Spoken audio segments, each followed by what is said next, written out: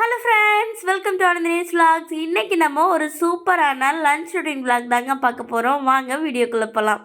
இன்றைக்கி பார்த்திங்கன்னா நம்ம முட்டை பிரியாணி செய்கிறதுக்காக ஒரு 5 முட்டையை நல்லா வேக வச்சு எடுத்துக்கலாம். ஸோ ஃபஸ்ட்டு பார்த்திங்கன்னா நான் முட்டையை நல்லா வேக வச்சு எடுத்துக்கிறேன். அடுத்து பார்த்திங்கன்னா சாப்பாட்டுக்கு தேவையான அளவு அரிசி ஊற வச்சுக்கிறேன். நான் பார்த்திங்கன்னா இன்றைக்கி வீட்டில் செய்கிற சாப்பாட்டு அரிசி தாங்க ஊற வச்சுருக்கேன். ஸோ நமக்கு வேணும் அப்படின்னா சீரக சம்பா, பாஸ்மதி ரைஸ், பிரியாணி ரைஸ் இந்த மாதிரி கூட ஆட் பண்ணிக்கலாம். என்கிட்ட அது இல்லை அப்படிங்கிறதுனால நான் சாதாரண வீட்டில் சமைக்கிற அரிசியே யூஸ் பண்ணிக்கிறேன். அடுத்து நான் கொஞ்சம் காய்கறிலாம் போய் வாங்கிட்டு வந்திருந்தேன். ஸோ அதெல்லாம் எடுத்து வைக்க வேண்டிய இடத்துல வச்சாச்சு. ஸோ இதெல்லாம் தான் நான் இன்றைக்கி வாங்கிட்டு வந்திருந்தேன். இந்த தயிர், பிரியாணி மசாலா இதெல்லாம் பார்த்திங்கன்னா இன்றைக்கி நம்ம அந்த செய்ய போகிற முட்டை பிரியாணிக்கு தேவைப்படுறதுனால நான் வாங்கிட்டு வந்திருந்தேன். ஸோ ஒரு சில பேர்த்துக்கெலாம் புதினா ஃப்ளேவர் பிடிக்கவே பிடிக்காது, லைக் என் ஹஸ்பண்ட் மாதிரி. பட் ஒரு சில பேர்த்துக்கு புதினா பச்சையாக சாப்பிட்டா கூட சாப்பிடுவாங்க, அதாவது என்ன மாதிரி. ஸோ புதினா ஒரு சில பேர்த்துக்கு ஜூஸ், சாப்பாடு புதினான்னு எழுதி கொடுத்தாலே நிறைய பேர்த்துக்கு பிடிக்கும்னு நினைக்கிறேன். ஒரு சில பேர்த்துக்கு சுத்தமாக பிடிக்காது. ஸோ யார் யாருக்கு பிடிக்கும், யார் யாருக்கு பிடிக்கல அப்படிங்கிறத கீழே கமெண்ட் பண்ணுங்கள். அடுத்து பார்த்திங்கன்னா நான் அன்றைக்கி 3 வெங்காயம் தான் கட் பண்ண போகிறேன் இந்த பிரியாணிக்கு. ஸோ பெருசாக இருக்கனால பெரிய வெங்காயம் ஒரு 3 பெரிய வெங்காயம் எடுத்து நல்லா கட் பண்ணி எடுத்துக்கலாம்.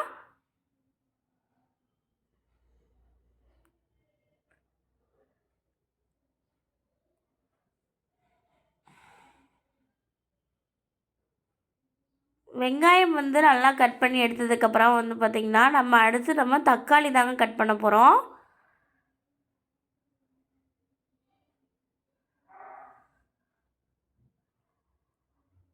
பிரியாணி பொறுத்த வரைக்கும் வெங்காயம் நல்லா வதங்கி வரணும். ஸோ வெங்காயம் எந்த அளவுக்கு சேர்க்குறோமோ அந்த அளவுக்கு செமையான டேஸ்ட்டும் கொடுக்கும்.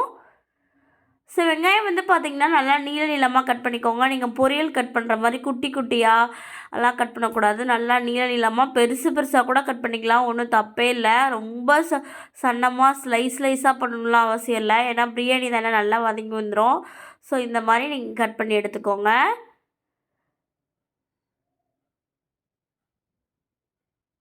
அடுத்து பார்த்திங்கன்னா தக்காளி கட் பண்ணி எடுத்துக்கலாம். ஸோ தக்காளி நல்லா வாஷ் பண்ணிவிட்டு இந்த மாதிரி தக்காளியுமே அப்படி தாங்க நல்லா நீளமாக ஸ்லைஸ் பண்ணி ஆட் பண்ணிக்கலாம்.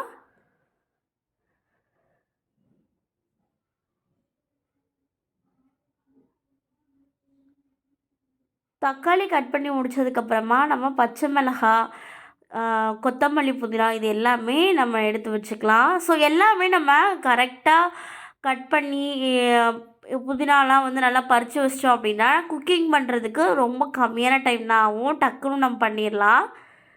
ஸோ பார்த்திங்கன்னா நான் 4 பச்சை மிளகாயை இந்த மாதிரி நடுவில் 2ஆக கீரி ஆட் பண்ணிக்க போகிறேன்.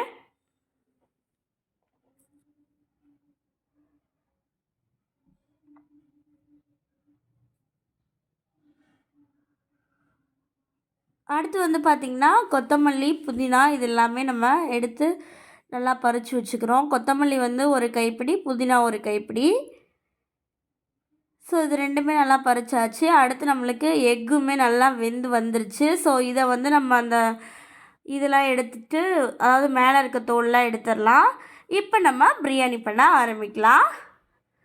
ஃபஸ்ட்டு பார்த்திங்கன்னா குக்கரில் நல்லா சூடானதுக்கப்புறம் ஸ்டவ் ஆன் பண்ணி குக்கர் வச்சு குக்கர் நல்லா சூடானதுக்கப்புறமா ஒரு 3 table spoon oil, 2 table spoon நெய் சேர்த்துருக்கேங்க. அடுத்து பார்த்திங்கன்னா ஆஸ் யூஷுவல் பிரியாணி இலை, லவங்கம், பட்டை, கிராம்பு, ஏலக்காய் இது எல்லாமே அந்த செட்டோடையே இருக்கும். அதை சேர்த்துட்டு அதுக்கப்புறம் 4 பச்சை மிளகாய் நம்ம கீறி வச்சுருக்கோம் பார்த்திங்களா, அது சேர்த்துட்டு நம்ம வெட்டி வச்சுருக்க வெங்காயம் சேர்த்துடலாம். ஸோ வெங்காயம் சேர்த்துட்டு நல்லா வதக்கி விடுங்க.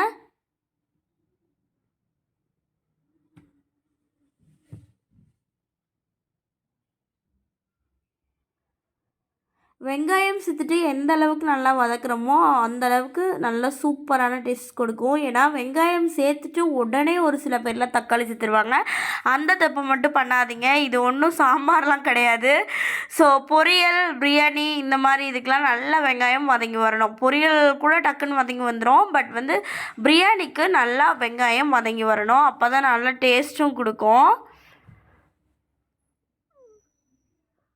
ஸோ இப்போ நம்ம கொஞ்சமாக எண்ணெய் பற்றாத மாதிரி இருந்துச்சுன்னா கொஞ்சமாக ஒரு அரை ஸ்பூன் வந்து எண்ணெய் ஆட் பண்ணியிருக்கேன். அடுத்து வந்து பார்த்திங்கன்னா இஞ்சி பூண்டு பேஸ்ட்டு வந்து பார்த்திங்கன்னா ஒரு 2 ஸ்பூன் ஆட் பண்ணியிருக்கேன். ஸோ இஞ்சி பூண்டு பேஸ்ட் ஆட் பண்ணிவிட்டு நல்லா இந்த மாதிரி மிக்ஸ் பண்ணி விடுங்க.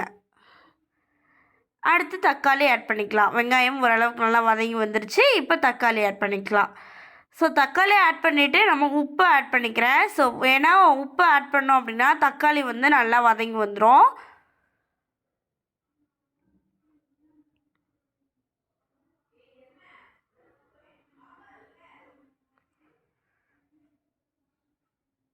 நல்லா வதக்கி விடுங்க. தக்காளி வந்து நல்லா வதங்கணும். அப்போ தான் நல்லா டேஸ்ட் கொடுக்கும். ஸோ எல்லாமே நம்ம வதக்கிறத பொறுத்து தாங்க இருக்குது. அடுத்து நம்ம மசாலா சேர்த்துக்கலாம். நான் வந்து பார்த்திங்கன்னா பிரியாணி மசாலா வந்து ஒரு 4 ஸ்பூன் சேர்த்துருக்கேன். வரமிளகாத்தூள் வந்து பார்த்திங்கன்னா ஒரு 2 ஸ்பூன் சேர்த்துக்கிறேன். ஸோ இந்த 2 மசாலா மட்டும்தாங்க சேர்க்குறோம். வேறு எந்த மசாலாவுமே சேர்க்கல. முக்கியமாக மஞ்சத்தூள் சேர்க்கவே கிடையாது. ஸோ பிரியாணி பொறுத்த வரைக்கும் மஞ்சத்தூள் சேர்க்காம இருந்தாலே நல்லா தான் இருக்கும். அந்த கலர் வந்து நல்லா எடுத்து கொடுக்கும். மசாலா எல்லாமே நல்லா வதங்கி வந்துடணும். அதோட பச்சை ஸ்மெல் போகிற அளவுக்கு நல்லா வதங்கி விட்டுருங்க. வதங்கினதுக்கப்புறமா நம்ம கொத்தமல்லி புதினா ஆட் பண்ணிக்கலாம். ஸோ கொத்தமல்லி ஒரு கைப்பிடி, புதினா ஒரு கைப்பிடி, அவ்வளோதாங்க. வேறு அளவுலாம் ஒன்றும் இல்லை. ஸோ இதெல்லாம் சேர்த்து நல்லா இந்த மாதிரி மிக்ஸ் பண்ணிக்கலாம். மிக்ஸ் பண்ணதுக்கப்புறமா நம்ம வந்து தயிர் ஆட் பண்ணிக்கலாம். நான் வந்து பார்த்திங்கன்னா ஒரு பாக்கெட் தயிரில் ஒரு 3/4 பாக்கெட் எடுத்திருக்கேன். 10 ரூபா பாக்கெட் தயிர் தாங்க. ஸோ நீங்கள் வீட்டில் நம்ம ஓனாக ப்ரிப்பேர் பண்ணுவோம்ல, அந்த தயிர் கூட நீங்கள் ஆட் பண்ணிக்கலாம். என்கிட்ட இல்லைங்கிறதுனால நான் அந்த மாதிரி கடையில் வாங்கி ஆட் பண்ணியிருக்கேன். ஸோ தயிர் ஆட் பண்ணிவிட்டு நீங்கள் தயிர் ஆட் பண்ணுறப்ப அடுப்பை சிம்மில் வச்சுக்கோங்க.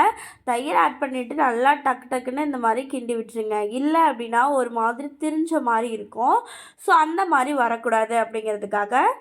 அடுத்து வந்து பார்த்திங்கன்னா முட்டை வந்து இப்போ நான் சேர்த்துட்டேன். ஸோ முட்டையில் வந்து பார்த்திங்கன்னா லைட்டாக மசாலா கோட் பண்ணியிருக்கேன். என்னென்னு பார்த்திங்கன்னா ஒரு கடாயில் 1 ஸ்பூன் வந்து பார்த்திங்கன்னா எண்ணெய், 1 ஸ்பூன் வந்து வரமிளகாத்தூள் சேர்த்துட்டு ஒரு லைட்டாக ஒரு 1/4 ஸ்பூன் வந்து பார்த்திங்கன்னா உப்பு சேர்த்துட்டு நல்லா ஒரு 2 மினிட்ஸ் நல்லா முட்டையை போட்டு நல்லா இது பண்ணிவிட்டு எடுத்து இந்த குக்கரில் போட்டுடலாம். குக்கரில் போட்டுட்டு நான் அரிசி ஆட் பண்ண கிளிப்பிங் வந்து எடுக்கலைங்க, மன்னிச்சிக்கோங்க. ஸோ அரிசி வந்து பார்த்திங்கன்னா நான் 2 டம்ளர் வந்து போட்டிருந்தேன். ஸோ 4 டம்ளர் தண்ணி ஊற்றி அரிசி ஆட் பண்ணிவிட்டு குக்கர் மூடி விசில் வந்துருச்சு. ஸோ 2 விசில் விட்டாலே போதும், எங்கள் ரைஸ்க்கு வந்து சூப்பராக வந்துடும். அடுத்து வந்து பார்த்திங்கன்னா தயிர் பச்சடி, ஒரு சிம்பிளான தயிர் பச்சடி தான். வெறும் வெங்காயம் மட்டும் போட்டு தயிர், உப்பு, அவ்வளோதாங்க. அடுத்து வந்து பார்த்திங்கன்னா நாங்கள் வந்து மீன் ஃப்ரை பண்ண போகிறோம். இது வந்து பார்த்திங்கன்னா கொக்கு மீன் அப்படின்னு சொல்லுவாங்க. ஸோ அப்படின்னு தான் நினைக்கிறேன், கொக்கு மீன் அப்படின்னு சொல்லுவாங்க. ஸோ இதை வந்து நல்லா வாஷ் பண்ணிடணுங்க. ஏன்னா அந்த வயிற்று பகுதியிலலாம் மண் இருக்க வந்து சான்சஸ் இருக்குது. ஏன்னா இது வந்து பார்த்திங்கன்னா ஆற்று மீன். ஸோ அதனால் நல்லா வாஷ் பண்ணி எடுத்துடணும். வாஷ் பண்ணி எடுத்ததுக்கப்புறமா நம்ம மசாலா வந்து போட்டிருக்கோம். மசாலா என்னென்னு வந்து பார்த்திங்கன்னா இந்த ஜேபி மீன் வறுவல் மசாலா அப்படின்னு விற்கும் பார்த்திங்களா, அது. அப்புறம் கொஞ்சமாக கார்ன்ஃப்ளவர் மாவு சேர்த்துருக்கோம். ஸோ உப்பு வந்து நம்ம வாஷ் பண்ணுறப்ப வந்து இது பண்ணியிருப்போம். அது மட்டும் இல்லாமல் அந்த மசாலாவே இருக்கும் அப்படிங்கிறனால நாங்கள் விட்டுட்டோம். கரெக்டாக இருந்துச்சு. ஸோ சேர்த்துட்டு நீங்கள் ரொம்ப நேரம் ஊற வைக்கணும் அப்படின்லாம் ஒரு அவசியமே கிடையாது. உடனே நீங்கள் வந்து எண்ணெயில் போட்டு எடுத்துடலாம். இங்கிட்ட வந்து பார்த்திங்கன்னா நம்மளுக்கு சூப்பராக முட்டை பிரியாணி ரெடி ஆயிடுச்சு. அந்த சைடில் பார்த்திங்கன்னா மீன் வறுக்கிறதுக்கு எண்ணெய் வந்து சூடாயிருச்சு. இப்போ நம்ம மீன் போட்டுக்கலாம்.